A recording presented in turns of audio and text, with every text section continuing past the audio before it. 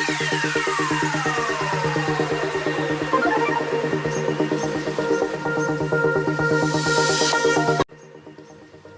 Assalamualaikum warahmatullahi wabarakatuh. Perkenalkan, nama saya Nur Fatima Amira Syahra dari kelas Hukum B Angkatan 2022 dengan NIM I01222037. Di sini saya akan menjelaskan secara singkat mengenai mata kuliah pendidikan kewarganegaraan yang dibawakan oleh Bapak Asril Walilin. Yang pertama, bangsa dan negara. Apa itu bangsa? Bangsa adalah suatu kelompok manusia yang memiliki identitas bersama dan mempunyai kesamaan bahasa, ideologi, budaya, sejarah, dan tujuan. Bangsa terbentuk karena adanya keinginan untuk bersama, menurut Ernest Renan. Kemudian, pembentukan bangsa.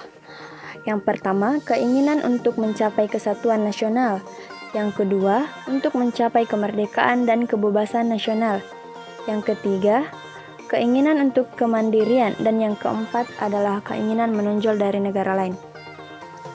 Lalu, apa itu negara?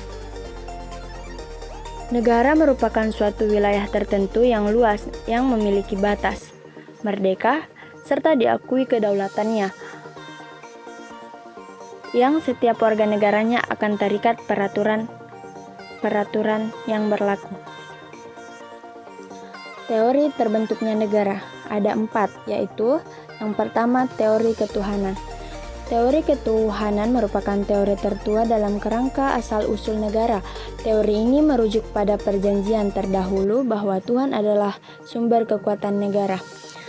Kemudian yang kedua adalah teori alamiah. Teori alamiah atau teori hukum alam menjelaskan bahwa negara lahir karena adanya kekuasaan alam yang berlaku di setiap waktu dan tempat, bersifat universal dan tidak berubah. Lalu yang ketiga, teori kekuatan. Teori kekuatan atau kekuasaan merupakan teori yang menyatakan bahwa negara terbentuk sebagai salah satu akibat penaklukan kaum lemah oleh kaum kuat. Teori kekuasaan berbasis pada pikiran dasar manusia yang bersifat agresif, sifat yang membawa manusia meronta terus-menerus untuk meraih kekuasaan dengan menjajah kaum yang lemah. Sifat agresif inilah yang membawa naluri manusia bangkit dan membentuk institusi negara. Oleh karena itu, kekuatan adalah dasar negara. Lalu, sifat-sifat negara. Terdapat 3, yaitu yang pertama, sifat memaksa. Sifat memaksa karena negara adalah satu-satunya entitas yang secara legal berhak memaksakan kehendak hingga kepaksaan bersikap fisik. Sudah sewajarnya sifat pertama negara adalah memaksa. Contohnya, memungut pajak dan memberikan denda bagi yang tidak membayar. Kemudian yang kedua adalah sifat monopoli. Sifat monopoli masih berkaitan dengan sifatnya yang pertama. Negara memiliki hak untuk melakukan monopoli terhadap warga negaranya.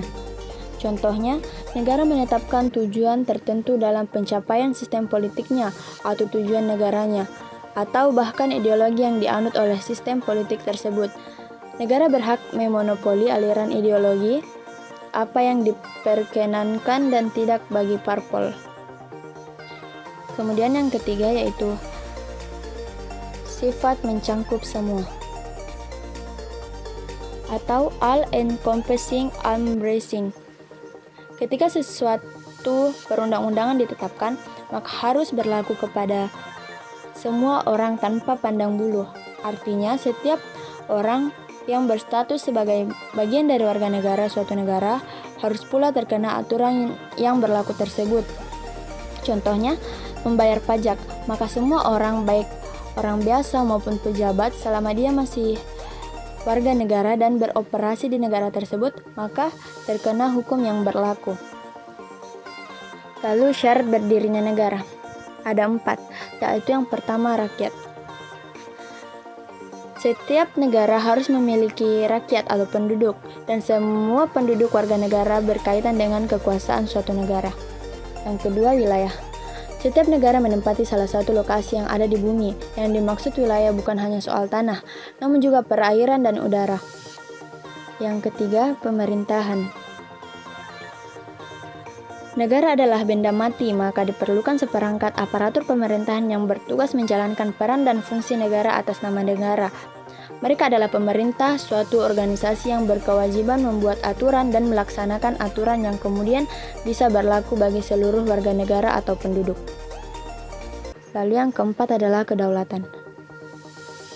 Di dalam suatu negara melekat konsep kedaulatan, yakni suatu konsep kekuasaan tertinggi agar undang-undang dapat diberlakukan. Konsep kedaulatan ini tentunya berkaitan kuat dengan konsep yuridis atau legal formal, bukan makna kekuasaan secara mutlak karena membicarakan konsep negara modern. Artinya, makna kedaulatan yang berisi kekuasaan ini adalah amanah dari undang-undang, bukan suatu hal yang begitu saja melekat pada pemerintah yang mengatasnamakan negara. Hak dan kewajiban warga negara, yaitu berhak mendapatkan keadilan di mata hukum, berhak mendapatkan kehidupan yang layak dan diperlakukan secara adil di masyarakat, wajib bersikap adil dan membela kebenaran, wajib menjunjung tinggi nilai kemanusiaan dan tanggung rasa. Demokrasi dan masyarakat madani. Apa itu demokrasi? Demokrasi adalah bentuk pemerintahan di mana sebuah warga negaranya memiliki hak yang sama untuk pengambilan keputusan yang dapat mengubah hidup mereka. Demokrasi mengizinkan warga negara ikut serta baik secara langsung atau melalui perwakilan dalam perumusan, pengembangan, dan pembuatan hukum. Prinsip fundamental. Yang pertama, pembagian kekuasaan atau kekuasaan legislatif, yudikatif, dan eksekutif.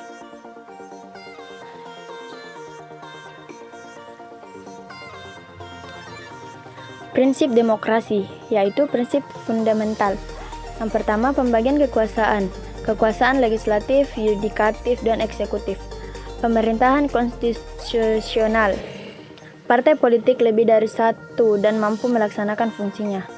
Pers yang bebas, perlindungan terhadap hak asasi manusia. Pengawasan terhadap administrasi negara. Peradilan yang bebas dan tidak memihak. Pemerintah yang diskusi.